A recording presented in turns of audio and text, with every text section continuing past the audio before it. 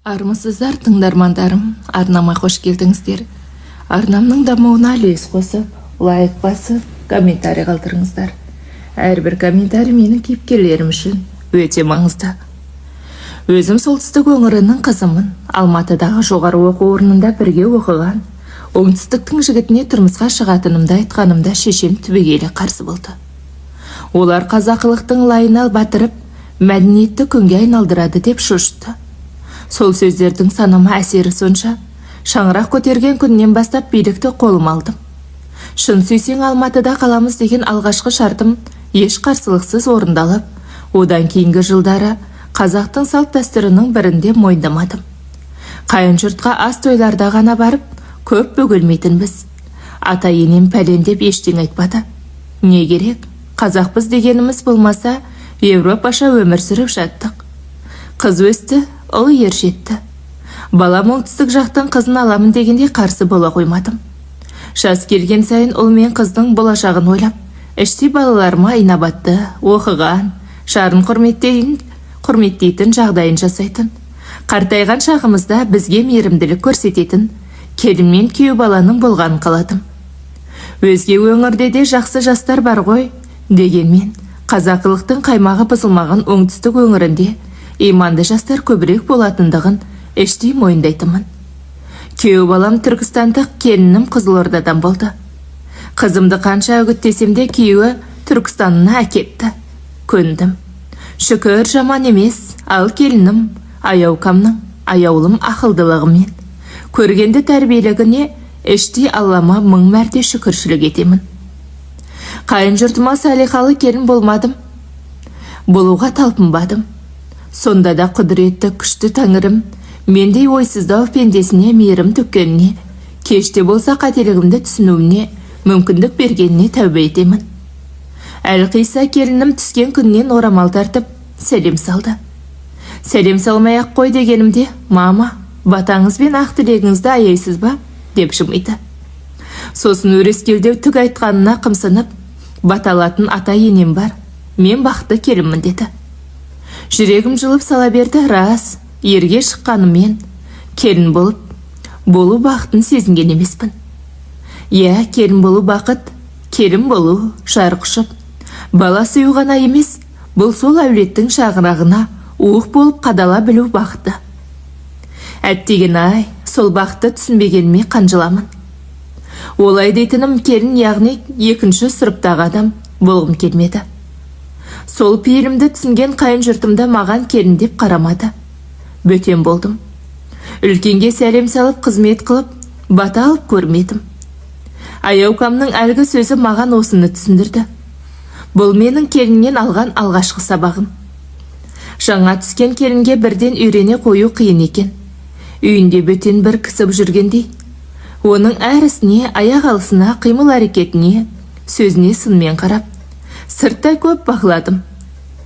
Байқағаным, ұлымның да атасының да бас киімдерін кіреберістегі киім-ілгіштен алып, төргі бөлмеге қояды. Бірнеше рет қайталанды. Себебін сұрадым. Асқат отауымның атам әулетіміздің бас иесі ғой. Әжем үнемі атам мен әкемнің бас киімін жоғары қойып жатып, еркек пірің бас киімін жоғары қой, мерей үстем болады. Күйеуінің мерей үстем болуы ол әйелдің бақыты дейтін дейді. Ішім жылап қалды. Бұл екінші сабақ болды. Мойындаймын. Әйел мен еркек тең деген қағидамен еріме ешқашан пір бас ие деп қарамаппын. Ол да оны талап еткен емес, өз көйлек шалбарын өзі тазалап, өтектеп тамағын жылытып ішіп кете беретін. Бұл біздің тұрмысымыздағы қалыпты жағдай. Оған мән беріп қарап жатқан ешкім жоқ.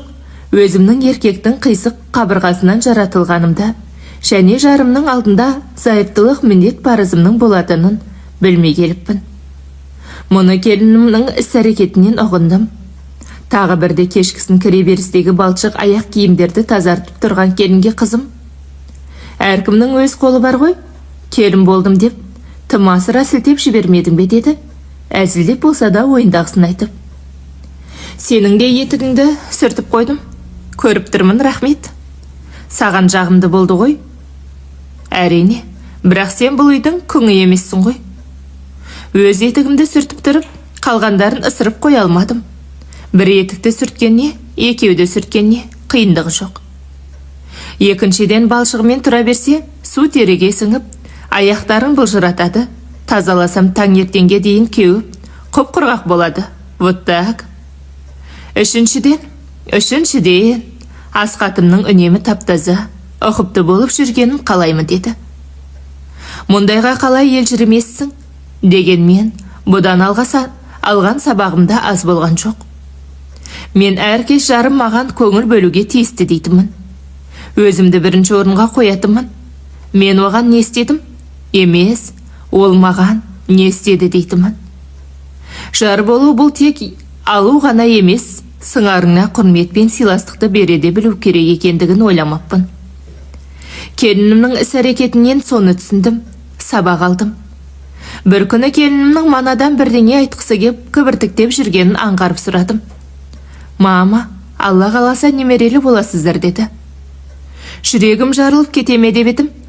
Адам бала деп өмір сүреді ғой. Әйтсе де немере деген керемет екен. Әлі дүниеге келмеген шарананы қазірден жақсы көріп тұрмын. Аяғы ауыр болған соң көбірек демал деймін. Ол жыбыр-жыбыр тынбайды. Әжем 2 қабатпын деп жатып алма, ішіңдегі бала ірібі босануын қиын болады. Көп қозғал, бала ширайды, толғағыңда босанудың да оңай болады дейді. Деп ананы мынаны істеп көп қозғалады. Іші білінгенше төркініне барып тұрды, қарны өскен соң. Әжем айтады, сен 100-ге келсең де әкең үшін сол үлбіреген балапансың. Қарныңды шермейтіп келме. Бұл әкең мен ағаларың сені өсіп, өнгеніңді қаламайды дегенде емес, ибасақта, дейді. Алла қаласа босанып алған соң барамын ғой деді. Бұл кезекті сабақ еді. Ішімнен өз-өзімнен қатты ұялдым. Себебі келін түскен соң артынша қыз ұзаттық, құрсақ көтергенін естігенде, әкеңнен өзің сүйінші сұра деп өзім айтқан едім. Ол ура, папа, мен 2 қабатпын дегенде әкесі, жақсы болған, құтты болсын деді, сәлі жиып. Қуанды әрине. Негізі еркектер сәл қызғаншақтау келеді ғой. Қызын тұрмысқа бергісі келмей, айтқанымды шошып түсіп, кейін кеу баланы бауырламай, тосырқағанына есіме түсті. Менің қызым бала ғой, кішкентай ғой әлі деп еді. Әкем ерте дүниеден өтті. Үйде өзге ер кісі болмаған соң еркіндеу, шайдақтау өстік. Іш киіммен жүре салу, түрегеп жүріп ас ішу, шашбұж жетіп сөйлеу, салу үйреншікті әдет болды. Орысша оқыдық, дос жара ортамызда сондай орыс тілді болды. Әрі кеңес одағы кезінде өзге ұлттың беркін, іс-әрекетін, мәдениеттің шыңы деп ұқтық. Еліктедік, солардай болуды дәреже көрдік. Әкенің алдында қымсыну, етек жеңді жинап жүру, ерсі қылық жасамау, тартыну, оғаш сөйлемеу дегенді ойламай, білмей өстім. Қазір ақыл таразыма салсам, әке бала жасауды бізде білеміз. Дегендей қыздың әкеден сүйінші сұрауы, әкенің, ағаның алдында шермейіп тұруы, шынында түсінген кісіге ерсілеу екен ау. Иба деген бір ауыз сөзбен, тәрбиелеген қазақтың тәлімі қандай керемет екендігін түсіндім. Үлкеннің ұлағатын ұққан келініме құрметім арта түсті. Бұл да сабақ болды маған. Осы қуанышқа арнап дастархан жайылды, 7 шелпегін үстелге қойып жатып келін. Папа, Құран оқып жібересіз бе деді. Біз бір-бірімізге үнсіз қарадық. Я әкесі, я ұлым, я мен бір сүре білмеді екеміз. Өзің білсең, келінім кібіртіктеп, білмеймін деді.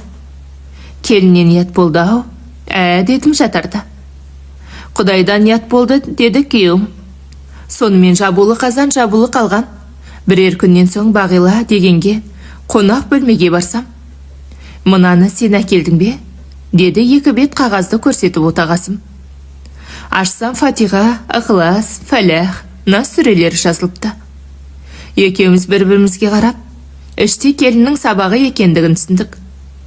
Жұбайым төс қалтасына салып жүріп, көп ұзамай жаттап алды. Тіпті өз ортамызда молдасы атанды. Жолдастарымыздың маладессің ғой? Бізге де жаттап алу керек, жас келді ғой деп, ақталатынды шығарды. Мен де ниет еттім, бірақ қартайғанда сүре жаттай қою оңай емес екен. Ұмытқан жерімді жалғап, қате жерімді жөндеген келініне білмеймін дегенін қайда дедім. Білемін, әжем жаттаттырған. Өткен жолы неге оқымадың? Папамнан алдында ұялдым, әрі папам бізден ұялмасын дедім деді. Тағы ойланып қалдым, бірде күйеуім, қой, байғылашау, қартайдым, ата болдым. Ертең немере келеді, ақаңды тастағаным дұрыс шығар деді. Мен үшін күтпеген жаңалық ашып, солай. Келіннің ісі тек енеге ғана емес, атасына да сабақ болды. Аяулымның сабағы мұнымен біткен жоқ. Мама, біздің үйге неге ешкім келмейді деді бір күні. Сасып қалдым. Оңтүстікте келін боламын дегенде марқұм анам оларға өзіңді басындырма, бір күні орамал тартып, дамбал киіп кеп жүрме деген. Сол сөздің әсерімен алғашқы күннен өзімді қайын жұрттан алшақ ұстадым. Тік, бақайлау болдым. Ағайын туысты жолатпадым, онымды жеңісім санадым. Бір-бірімізді жек көрмесек те араласпадық, іздемедік. Бір Алматыда үлкен қайнағамның ұлы мен келіні студент қызы, екі қайынсіңлім отбасымен тұрады. Шақырсақ келеді, шақырмаса жоқ, бізде солай. Ал менің төркінімде үш қызбыз, үлкеніміз Өлия, Ұлжан, Ресейде оқып, Украин жігітіне тұрмысқа шығып, Томскіде. Сіңлім отбасымен Павлодарда, өз бауырларымен араласам. Кем болған соңда күйеуімнің туыстарын керек етпедім. Алыстан сыйластым. Мама, ертеңгі туылған күніңізге осындағы тәтелерді шақырдық. Асқат екеуміз ойласып деді аяулым. Менің құптай қоймағанымды жанарымнан ұғып, осылай бір есік бұп отыра береміз бе? Ренжімеңізші. Әжем айтатын, қазаны қайнағанының берекесі тасиды. Қазаны тақырдың ақыры тақыр болады дейтін. Онсыз да мерекелік дастархан жаямыз ғой деді. Ішкі ойымды білдірмей. Дастархандарың жөнді болса, дей беріп едім. Саспаңыз, мама, кешке дейін үлгеремін деді қуанып. Қонақтар түгел келді, ән салынды, жақсы сөз, жақсы әңгіме, жақсы тілектер айтылды. Жарымның да жүзі жайнап, ұлымның да түрі кіріп, тіпті балам тәтелерінің балаларын алдын алып, өбектеп, келін болса құрдай ұшып жүр, байқаймын. Бәрінің көңілдері де, назарлары да, ықыластары да аяукамда. Сыр білдіргім келмейді дегенмен үйіме нұр кіргендей болды. Кетерлерінде, мынау үйдегі үлкен кісінің сыбағасы деп, біреуіне, жездем жұмыста боп келе алмады ғой, мынау сол кісіге деп екіншісіне, мынау балалардың тәтті мәттісі деп келесіне пәкет ұстатты. Босаған ыдыстарды жуып жатқан келінді сынамақ боп, менің рұқсатымсыз дастархандағылардың бәрін салып бердің ғой дедім. Кірпігін жырпылық-жыпылық еткізіп, тосылып қалды. Қайдан білейін? Қуанғаннан? Я, рұқсат сұрауым керек еді, кешіріңізші. Ойнап айтамын, балам, бергенің дұрыс болды. Олар да қуанып қалды дедім, арқасынан қағып. Оны да әжеңнен үйрендің бе? Иә. Айтпақшы, онысымен қоймай, мана дастархан басында тәтелер, ағалар, біз туыс болсақ та неге араласпаймыз? Араласу үшін бір сылтау болу міндет емес қой. Келіп тұрыңыздаршы, есігімізде жүрегімізде ашық деп шымайды. Сосын тағы да бас қосуымыз үшін мен ойын ойлап таптым. Қолымдағы жеребеден аламыз. Кімге қай кісінің есімі түссе, сол кісіге айтпай сіздер сыйлық даярлайсыздар. Отырғандар сөзге келмей келісті. Оған келіспеймін. Мысалы, мен 10 мыңға сыйлық аламын, ал екінші адам маған 500 теңгеге ғана сат берсе ше. Мен ойыннан шығамын деді, бүйректен сирақ шығарып қызым. Онда бекешім ренжімесін, сыйлықтың ақшасын келесі балайық деді келінім. Ойынды бұзғысы келмей, әрі қызымның да көңілін тауып. Ал сыйлықты дайырладық дедік, оны қашан, қай жерде береміз деді үлкен қайынсіңлім. Қай жерде несі? Әрине, үлкен үй біздікінде деді кел. Жоқ, олай болса келесі дастархан біздікінде болсын. Әрі аяука келініме есік төр көрсетіп, тәтті шай берейін. Аяукаға рахмет. Меңнен сол, пейіліңнен сол жаным деп айналып толғанды. Бұл менің келінімнен алған келесі сабағым болды. Шынында 60 жасқа дейін қалталыны апа деп, дәрежеліні жезде деп ағайын туысты алшақтап алыппын. Оның үстіне қайын жұртты басыма шығармайын деген жас кездегі түсінікпен бауырды бауырлауды, туысты тартуды, жақынға жылылық етуді білмеппін. Жүрегімді қатайтып алыппын ау, жастайынан көргендері сол болған соң, балаларда ешкімді іздемеді. Түнімен төсегімде дөмбекшігенім ұйқым қашты. Ұйқым қашқаны ойларым маза бермеді. Еске алып қарасам, қайын жұрттың маған титтейде тырнағы батпапты. Жамандағаны болмапты. Беташар жасап, жастар тойын өткізген соң, томағасын сыпырған құстай еркіндікке қоя беріпті. Бердің, бермедің, келдің, келмедің. Не істеп жатырсың деп есеп алған ешқайсысы болмапты.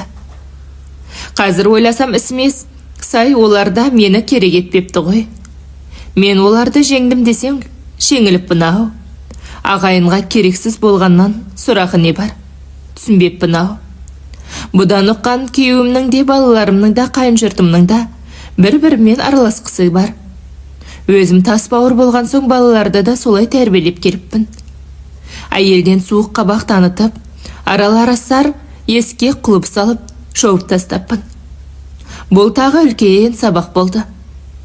Келесі жолы қайын сіңлімдікіне жиналып жатып келінім, мама, артымнан келген мына бренд әдемі жемпірімді тәтеме деп, жездеге ыңғайлы ештеңе болмаған соң, ақшалай берейік деп шештік, Асқат екеуміз деді. Мұның не керегі бар? Мен қымбат коробка конфет алып қойғанмын, да еще ойынға алған сыйлығымда 10 мыңға түсті. Мам, бірінші рет бара жатырмын. Ілу апаруым керек, бұл дәстүр. Ой, қойшы дәстүр мәстүріңді солар біледі деймісің бе? Неге білмейсің? Білген соң жаңа түскен келінге есік, төр көрсету рәсімін жасап дастархан жайып жатыр ғой. Дастарханды саған емес, ойынға. Неге олай дейсіз? Өткенде әдейілеп айтты емес пе? Не знаю. Қымбат киім, тағы ақша, тым көптеу емес пе? Әжем айтатын, жақыныңа ат пен атан берсең де жарасады деп. Біздің жақындарымыз солар ғой. Иә, ине өткен жерден жіп өтеді. Қайын сіңлім, келініме жіңішкелеу болса да, алтын жүзік, ұлыма арзан қолдау болса да, костюм шалбар кигізді. Кетерде пакетке тәтті-пәтті ет салып беріп жатып, таңертең мына тәттілермен ата енеңе шай бересің деді жадырап күліп. Бұл үйдегі бас қосуда тамаша өтті. Әңгіме дүкен құрысып, әзілдер айтылды. Жарым күйеу баласымен емен жарқын сөйлесіп, ұлым әпкелеріне еркелей әңгіме айтып қояды. Келінім өз үйіндегіде жүгіріп, дастарханға көмектесіп тынар емес. Келін балама көрсетіліп жатқан қошеметті сырттай көріп, марқайып отырдым. Балаларымның тұлға болып қалыптасу үшін де, адамы өмір сүру үшін де туыс бауырдың керек екендігін ұғынғандаймын. Аузыңмен құс тістеген керемет жан болсаң да, ағайынсыз адам ешкім емес екендігін түсіндім. Бұл да келінімнен алған кезекті сабағым болды. Ертеңіне шай үстінде келінім кешегі алтын сақинасын қызыма ұсынып, мынау менен сарқыт болсын. Саған да менің жолымды берсін. Жақсы жар тап, жақсы әуретке келін бол деді. Тешті, зачем? Деп қызым екеуміз шошып түстік. Сыйлықты екінші кісіге сыйға беруге болмайды деген қағида бар деді қызым орысшалап. Ол өзге ұлтта бар шығар, қазақтың өз жөн жоралғысы бар. Ал, беріп тұрғанда деп шымайды. Мұндайды күтпеген қызым не істеймін дегенде біресе маған, біресе әкесіне қарады сосын. Жоқ, алмаймын, рахмет. Өзің рахатыңа тақ. Ертең тәтем мен берген сақинаны неге тақпайсың деп жүрер. Ренжітіп аларсың дегісі. Мен саған алтын салғым кеп жүрген деп. Маған ба? Не үшін? За твою добрату. Зато, что осындай алтын шенге болғаның үшін. Деді ойын жинақтай алмай, біресе орысша, біресе қазақшасын сөйлеп. Менің ұққаным осы кезге дейін алтынды сыйға беріп те, алтынды сыйға алып та көрдім. Бүгінгі оқиға түбегейлі санамды өзгерткендей.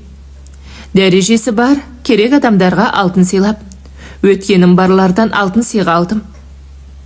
Оның көбісі Шынтуайтқа келгенде басқа баға есепке құрылатын. Ал келінімнің іс-әрекетінен шынайылықтың, мырзалықтың, көргенділіктің, қазақи салт дәстүрмен Шөралғының түп төркінінде тәрбие мектебінің келелі тәлімі жатқандығын көрдім. Сыйлықты орнын тауып, орайын келтіріп, шын пейілмен ұсынып, екінші адамға қуаныш сыйлаудың маңыздылығын ұқтым. Сол шынайы пейіл адам мен адамды табыстыратын, жүрекпен жүректі жақындастыратын көрдім. Көңілден асыл, ештеңе де жоқ. Ал алтының да, байлығың да сол көңіл жарастығын табу жолындағы пайдаланатын зат қана. Келінімнен осындай көргенділікті, таза пейілділікті көріп, сезген сайын Аллаға шүкіршілігімді көбейттім. Жас болған соң балалықпен, шалалықпен айтып қалатын сөздерін қателік, кемшілігін пенделікпен арамдыққа жорымай, түсіністікпен қарауға тырысып келемін. Өткен жолы ең кіші қайнымның әйелі тынышсыздау баласына дастархан басында шекіп, жөн айту ниетпен иттің баласы. Қой дегенді түсінбейсің осы, деп қалды. Шай құйып отырған келінім, жеңеше, сонда сіздің кім болғаныңыз? Деп бұлш еткізді. Мен ұялып қалып келініме қарап ернімді тістедім. Шынымды айтсам, бұл сөзді менде көп қолданатынмын. Аяуканың сөзі маңдайымнан соғып жібергендей әсер етіп, көп ойландым. Расау, балам иттің баласы болса, мен кім болғаным? Әкесінің кім болғаны? Тоба, мені де оқыған, мәдениетті кісі дейді-ау. Маған ой салып көңілімді астан-кестен еткен келінімнің тағы бір сабағы осы болды. Сөз демекші, бірде супермаркетте жүргенбіз, келінім танымайтын біреулермен сөйлесіп жатқан соң, жандарына жақындатым. Шетелдік ерлі-зайыптыларға бірдеңелер түсіндіріп жатыр. Сыртқа шыққан соң, ағылшынша тым тәуір сөйлейді екенсің ғой, дедім шын таңғалып. Ой, онша емес. Студент кезімде ақылы ағылшын тілін үйрететін курста 3 жыл оқығанмын. Мектепті қазақша бітірдің бе? Жоқ, орысша. Менің балдарым сияқты шүлдірлемей қазақшаны таза сөйлейсің ғой дегім кеп, бірақ тілімді тістеп қалдым. Онымды оқып қойғандай. Біздің Қызылордада орыс пен кәрісінің өзі қазақша жақсы сөйлейді. Ауылдық жерлерде тіпті мақалдатады деді. Шаңырақта қазақша сөйледік дегенімізбен орысшамыз басым еді. Қызымды да, ұлымды да ақылы оқытатын ағылшын курсына бердім. Заман талабына сай болсын дедім. Орыс тілін онсыз да таза сөйлейді. Айтпағым, қазақ тілін білудің қажеттілігі жоқ деген жаман пиғыл болған емес. Тек қазақ тілін жетік игеру, таза сөйлеуі керек. Өз тіліне шорқақтықсын, ұят деген ой миыма 3 ұйықтасам да келмепті. Ал менің жап-жас келінім мектепті орысша бітіріп, ағылшыншаны тым тәуір игерсе де, оларды қажетті жағдайда ғана қолданып, ана тілінде сөйлейді. Сондықтан болар ана тілінен сусындаған болмыс бітімі ұлттық құндылықтарды тез ұғып, тез түсініп, тез қабылдап, тез таниды. Ақылды ақ жүрек келінім-ай, мен сені мақтан тұтамын. Ол бірде сіздердей батагөй ата-енем бар, мен бақытты келінмін деп еді-ау. Ал мен сендей ақылды келінім бар. О несе бақытты енемін. Келінімді мейірлене құшақтап, молодец, жаным дедім, арқасынан қағып. Құдалық той жанында үлкен құдағайды Аяукамның әжесін көргенде ұната қоймадым. Әжім тамыры білеуленген, қисық-қисық саусақтарымен, әппақ қудай самай шашын жаулығының астына қанша тыққыштаса да, жөнге көнбей қобырып, әне бір қоңқа мұрны шіңішке еріндерін көлегейлеп, жанына келіп әжелеп иықтаған немерелерінің қай-қайсында ой құлдық қылайын деп құшақтап, бұлыш-бұлыш сүйгенді іштей тіксіндім. Ал қазір келінімді жақсы көрген сайын, оның бойына керемет тәрбиенің ұрығын сепкен, сол ұсқынсыздау қоңқа мұрын үлкен құдағайды да жақсы көре бастағандаймын. Мендей кейбір көп жасағанның отбасы, ошақ қасы ғана сөзі, ал келінімдей аз жасаған жастың да жөн көрсетер кезі болады екен. Міне, солай, замандастарым. Мен осылай үндемей ғана келінімнен сабақ алып жүрмін. Әңгіменің соңына дейін тыңдағандарыңыз үшін алғысым шексіз. әңгіме ұнаса лайк басып комментарий қалдырып жақындарыңызбен бөлісе кетіңіздер.